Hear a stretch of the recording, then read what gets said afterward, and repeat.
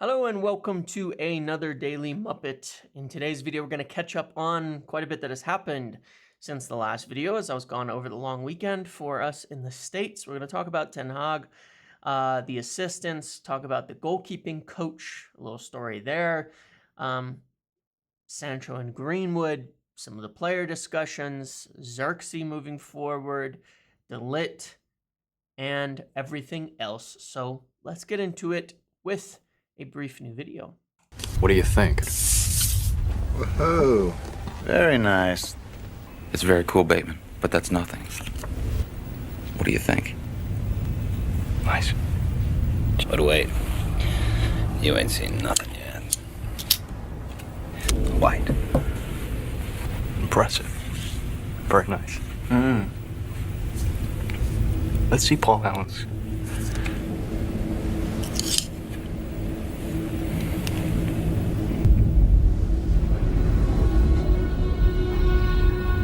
Oh my God.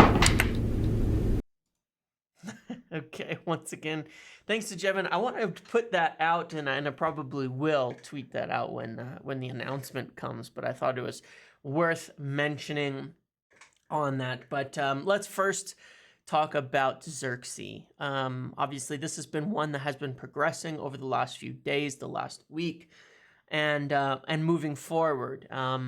As we know, he has been United's top striker target, viewed as somebody who can help them provide a bit of flexibility. I want to talk about that in a minute, as it's tied into the tactics, the goalkeeping coach, and all sorts of things. But he's been the top target, and when the problem all along has been kind of, can we convince him to join United?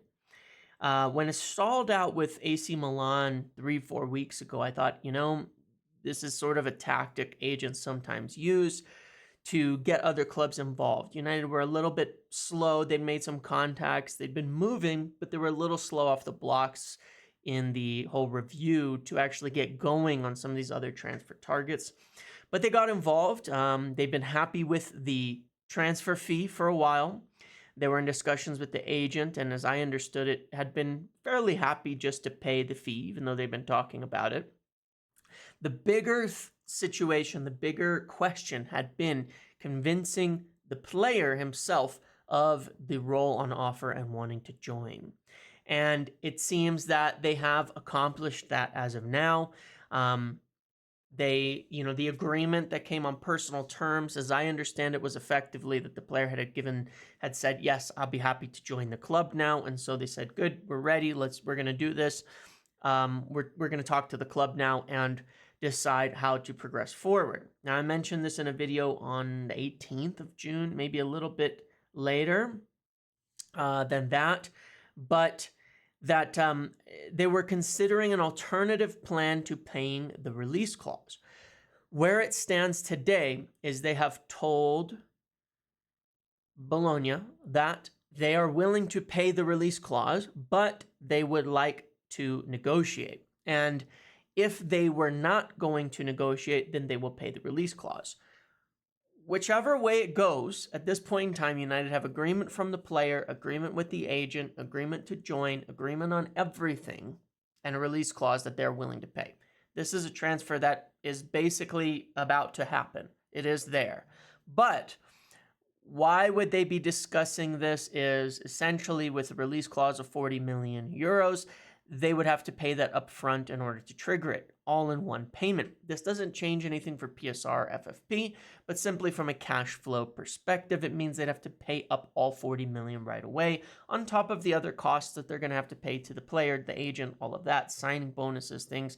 It could end up costing quite a chunk of change, 55 million euros out the door to get it going. Again, doesn't change the overall cost, but changes how much they're spending right now.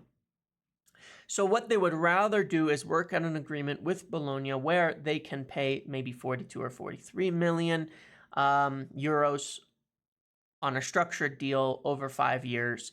A little bit more money on the books for Bologna, a little bit more on the transfer, but they spend the cash over time. That would be a preference, but I don't believe it is a requirement. It's not like if Bologna are not willing to do that for whatever reason, and they should be willing, frankly, it should be a fairly easy thing. This is not a complicated, or this is not a negotiation that is like tenuous or difficult.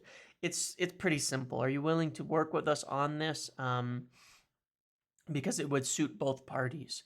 And they get a little more on their books. United get to spend the cash a little more over time.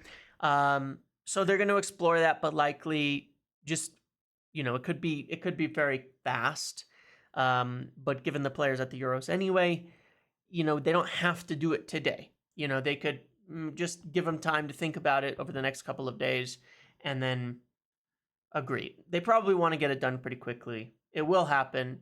They'll pay the clause if they're not agreed to it. They would just simply and lightly consider whether, this deal makes a little more sense for both parties, just to make it easy. And this is really common with release clauses, simply because the nature of a release clause is what it is, having to pay it all up front.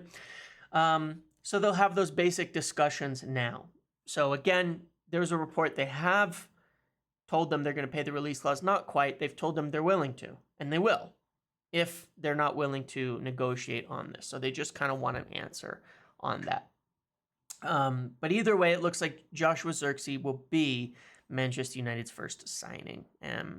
It may be not quite done right away with holidays and all of that, but he also took part of a holiday, so he might be back sooner after the Euros, could definitely join up with United, potentially before the U.S. tour. It probably is the best chance of joining before the U.S. tour if his holiday isn't a full 3 weeks, considering he got called up late and already took a holiday. So we will see there. Very exciting signing to me. One I've really been pushing on about and saying, yeah, this is one I hope gets done, because it would represent really a positive indication towards the direction that United are going. The direction that United are going as a club tactically and all of that, but we will get to all of that in a minute. Let's move on to the next subject. So that's where Zirkzee stands. On Ten Hag, I'm not going to spend too long on this. I was away when it announced, as I kind of expected, but it was a little bit of a surprise that Erik Ten Hag did not get a new contract. We had Rob Dawson on our channel, and some people gave him a lot of grief. And then it turns out he was quite right about a lot of things. He got Ashworth nailed on there, but he said it was really complicated trying to get Ten Hag a new contract because of all the clauses, all the things built into it. It would just be quite difficult to get that done. In the end, it proved too difficult to agree a new contract, and perhaps not the right way that they wanted to go at this point in time. And they said, good, let's keep it simple. We're going to extend it. We're going to just trigger that option, so he's not into the final year, which is good. You don't want constant question over the manager's job throughout the season. You don't want players to feel like he's gone at the end of the year, all of that. The downside is that, for me, this means, one, there's no change in the nature of the contract, but it's fine if they have a good working relationship. The downside, though, for me more is that it means we're in the same boat in a year from now, right? Sitting here wondering, okay, we're about to go into Ten Hag's final year of his contract next summer. Are we doing this all over again? Does that lead to the thinking that they might consider replacing him next year because they have Ashworth? Maybe. They didn't want to commit to it. Obviously that is a factor that we just have to consider as part of the reality of life, is that they weren't 100% totally sold on everything. I preferred that he get a new contract so that, we just go forward. But it is what it is. This is where we are as of now. Extended for a year, the option triggered, same contract as before. We'll see how it goes, and we'll probably have this game discussion in a year. We'll see. We need to have a good season. And if we have a good season, then Ten Hag will get a new deal at the end of the season. And let's all hope that's what happens, because I hope we have a successful season. I hope we can win Europa. I think that should be for me, that would be my target for the year. Let's win Europa League. I think we have a good chance of it. I think when you look at the competition, no Champions League teams dropping down, that's what we should be going for. Let's win the Europa League, get another trophy in the bag, a good one. We can qualify for Champions League that way in case the league form isn't always up to par as we're working through things. That would be my goal, what I would hope for this season under Ten Hag, and I think he could do it. He's been a good tournament manager. And, if that happens, then I think we'll extend further. But with him staying, we, of course, are adding 2 new coaches. 3 new coaches, I should say. Excuse me, because that was the piece of news that was that came out as well, the new piece. Van Nistelrooy, done. Rene Hake, done. They're waiting on work permits. And then you have, I'm going to mess up the pronunciation, but this new goalkeeper coach from that Ten Hag knows that is Dutch as well. No problems with that. I have zero problem with surrounding your coaching staff with people that you get on with, that you understand, that you're familiar with. It makes the most sense. Van Nistelrooy, somebody who I think has very big ambitions, interestingly, and someone who will obviously want to he made the decision to come to United over some other head coaching job. And I think that, obviously in the future, he has eyes on being a manager. I'm not saying at United, but being a top manager. And I think he could be. But I really like those changes. I think it's going to give us the best chance, and Ten Hag the best chance of succeeding. With the goalkeeper coach, this is an interesting one. There was last summer, there was obviously conflict leading up to it, to summer, about the goalkeeper situation when we still had David De Gea on the books in that first season. Now, if you remember, I maintained for quite a long time that they wanted to change goalkeepers, that they wanted a new goalkeeper. And for some months, that was called into question. There was a lot of reports, a lot of articles saying, no, they're going to keep De Gea, they're going to keep De Gea. Well, just as a sort of a funny story on this, I know this to be true, but the goalkeeper coach at United who's departing loved David De Gea. Loved him. Thought he was one of the best goalkeepers in the world. I know that for an absolute fact. He's worked with United for a long time. He was back in the day during very successful years too. Loved David De Gea and continued to believe that he was one of the best goalkeepers in the world, and had been pushing for him to stay and saying that we didn't need a new goalkeeper. So, he's just an older style coach, a coach who's used to the older style of goalkeeper rather than, the newer one. And if we're looking at how we've played, that's how we played for a long time. Even last year, we fell into that again. Onana sitting deep, being more on the line, shot stopping, which actually did really well at. But that is not what we want to do moving forward. And so that, to me, was a really, really positive sign, making that change. And the reason, and I'm telling you the reason for it, was just that goalkeeper coach, great coach, experienced for what he was good at, would have been more focused on a David De Gea type of keeper. And you want a coach who's now going to take you into the modern day of goalkeepers, and where Andre Onana can be extremely effective.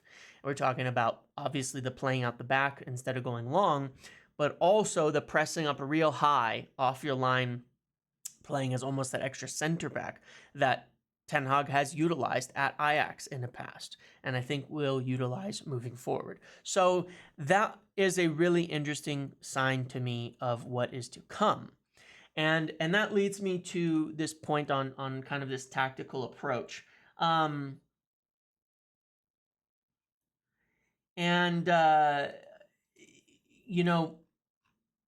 me 1 second. I just got a message.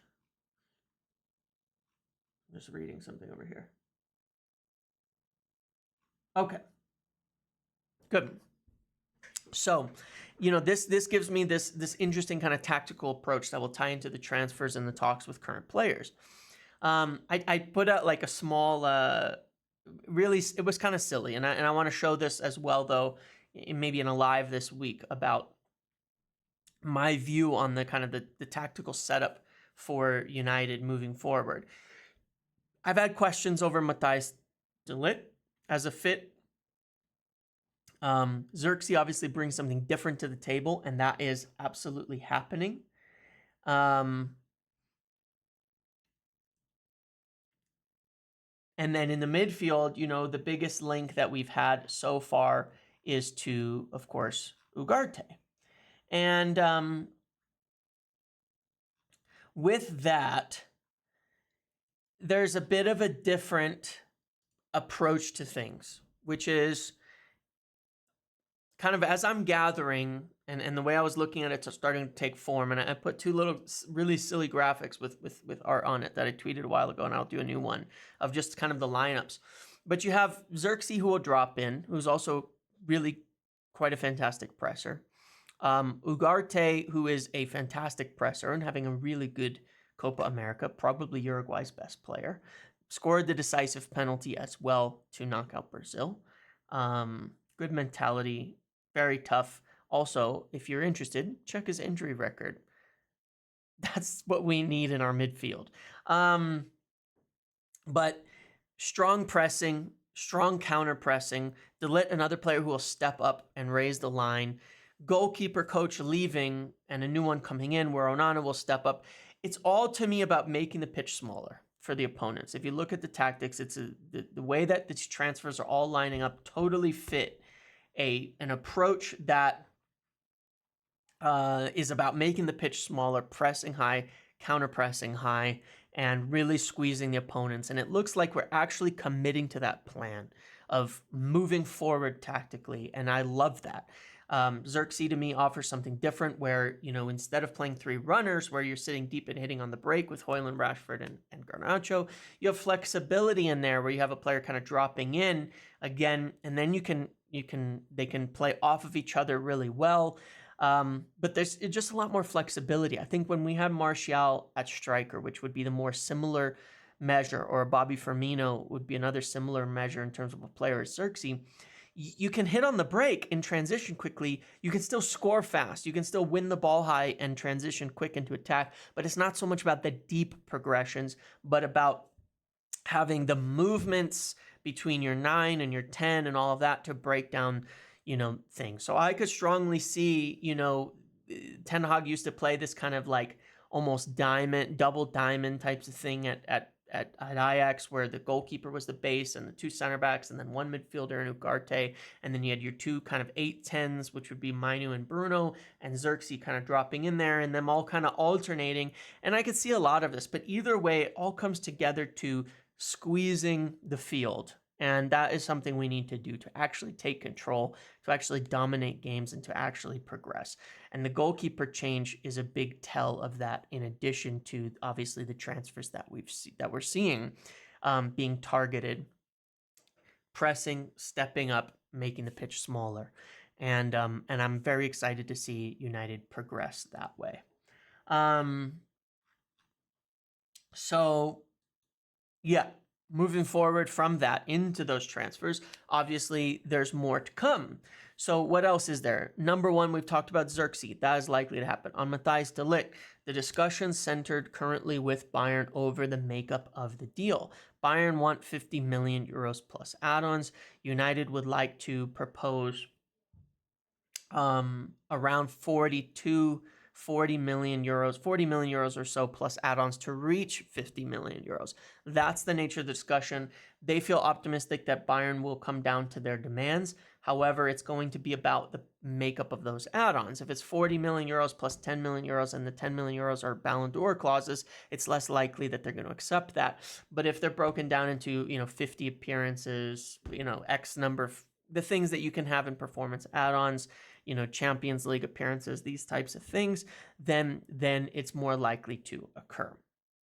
So that'll be the nature of the discussions that they're having with Bayern. There's still a lot of optimism that this one will get done. The talks have been continuing, but they do want Bayern to come down. They don't want to pay 50 million euros plus add-ons on it. And they were led to believe, which I think is accurate, that Bayern were willing to be flexible on this and would come down to closer to that level in price that they're proposing. So it's all going to be about the nature of those add-ons now, essentially, because I think there's a willingness to accept that kind of deal if the add-ons are realistic and they're going to want to measure it, because United are likely going to want add-ons that aren't going to be triggered right away, but later on, and Bayern are going to want them as soon as possible. So that's where that discussion is centered.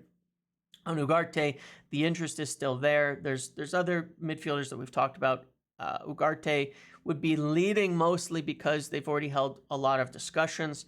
The talks have continued. However, as I said in the last video, this one might take a little longer because he's focused on Copa, and he's much more actively involved than Zirkzee and Ligt are. These also in a totally different time zone, 7 hours behind, 8 hours behind. Yeah, 7 hours behind to 8 hours behind at times from the UK. And so, it's just different in terms of how you're playing, how the timings are with trainings, things like that for discussions. He is not really being involved in talks at this point, but he has told his representatives he would be open to and happy with the move. They would need to find a good fee agreement with PSG. That one I think is a little further off as well. PSG would probably be looking for around 50 million euros mark, where they can balance the book value on him for what they paid after 1 year.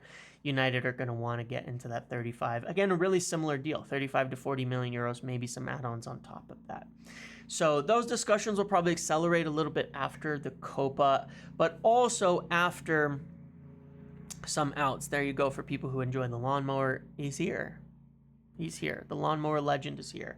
After the Copa, but also after wrapping up Zirkzee and Ligt. If they can get Zirkzee and Ligt done for that 75 million pounds or so, which would be incredible business, then they would likely move on to the next area, which is the midfield. But they also do that. We kind of broke down the budget in a live last video, and that would be closer to the, that would be closer to the budget they wanted to spend initially before some sales. A big one on this that will open up the budget is Mason Greenwood. Mason Greenwood is on the verge of joining Marseille. And I was asking about this because there's obviously tons of stories today. Marseille have had direct discussions with United about taking in Mason Greenwood. They've made proposals. It looks extremely close to happening now. And I'm expecting that he will join. Give me 1 second.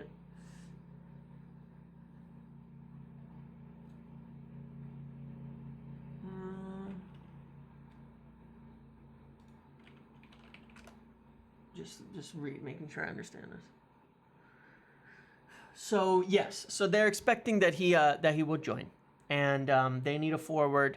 They are expecting that he will join. They've shown interest in a couple other United players, Marseille, but for now, Mason Greenwood is the one moving forward. It looks like this deal is going to happen, expecting in 25, million euros plus some add-ons range with a big sell-on clause. That will be the key. But there's been a lot of direct talks in over days now, resulting in this proposal. He came in. United were saying, he's going to come back. He's due to report in. He did, but I kind of expected this would be what the case of it is that Mason Greenwood will stay away while close to a transfer. And the expectation is that they'll be able to wrap this up pretty quickly. If they can get this done for that in that range of fee, as well as the other players purchased at that price, then they should end up with some budget in the midfield. And that could open up progressing Ugarte forward.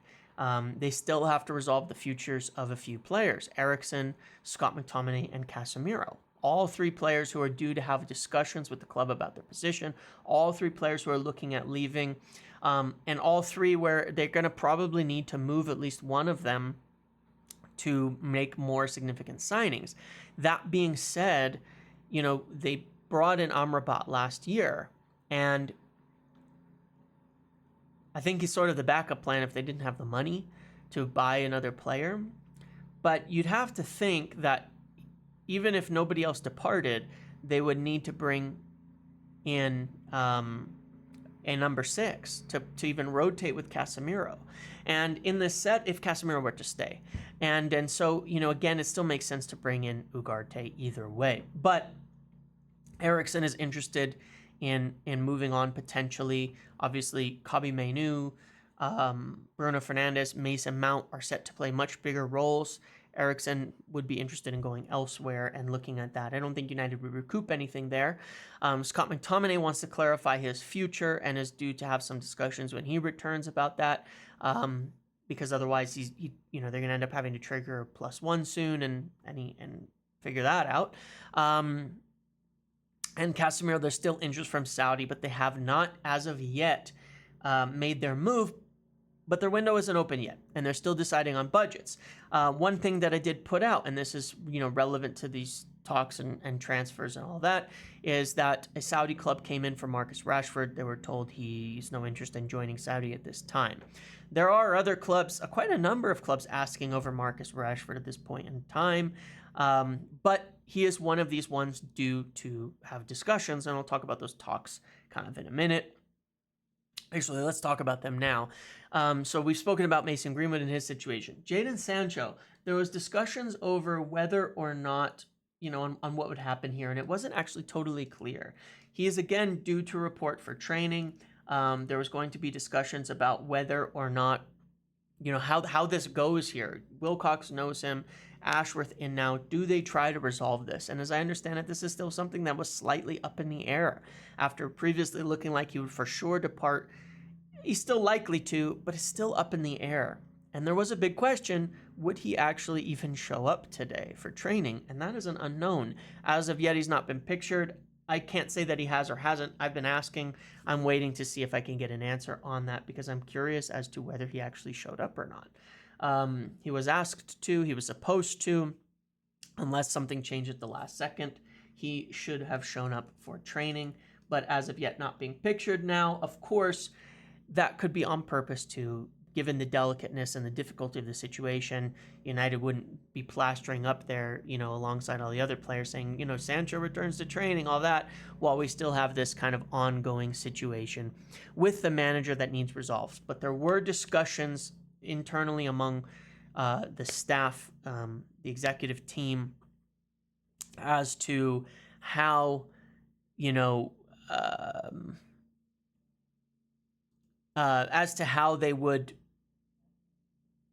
progress moving forward, if they wanted to resolve things, if they felt it was resolvable, or if they should just move ahead. At the same time, they don't want to tank the interest in him, and there hasn't been that much as you would obviously hope in terms of making it viable for him to get a move. So that's one of the ongoing things right now that I expect we will get some clarity on in the next day or two, maybe even later today. Rashford due back for discussions, as I'd heard recently, a bit more positive, and hopefully that things would go a bit better, on that front moving forward. Maguire as well, that's one that's going to have to be resolved should they decide to move him on and make a move for another center back in Gerard Braithwaite, which is still of interest, but they need more funds in order to do that. So a lot of things still up in the air, a lot of things moving forward. On the left back front, they're still interested in, some other names. Obviously, there's been some talk of Gutierrez. I don't think anything's progressed on that. There's been some talk of Chilwell, just the name of interest. Kirk is still one I'm keeping an eye on. But yeah, now that some players are returning, there's a lot to kind of move forward. But this week we should get Zirkzee done. The Ligt should progress forward. If we can move Greenwood out, then that should allow us some more budget to progress in the midfield. Some talks will now occur, of course, to clarify the futures of Sancho, McTominay, Casemiro, as well as, of course, Rashford, and then later more of them. So a lot happening. Van Nistelrooy and Hake will be announced as soon as their work permits are done, alongside likely departures of Van der Gogh, and officially, that Benny McCarthy would not be continuing. So that's what we have. A lot of videos, a lot of podcasts, a lot of stuff to come this week as it's getting very busy, and I've got a few other videos planned as well.